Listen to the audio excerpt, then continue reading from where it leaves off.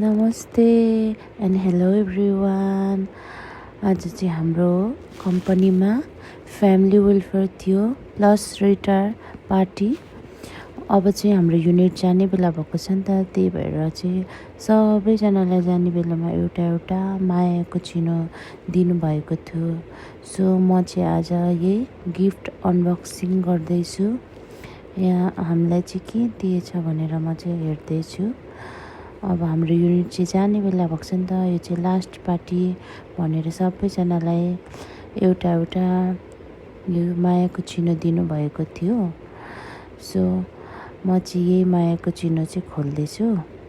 यहाँभित्र चाहिँ के रहेछ भनेर चाहिँ म हेर्दैछु र यहाँभित्र रहेछ यो बियर ग्लास, एकदम राम्रो।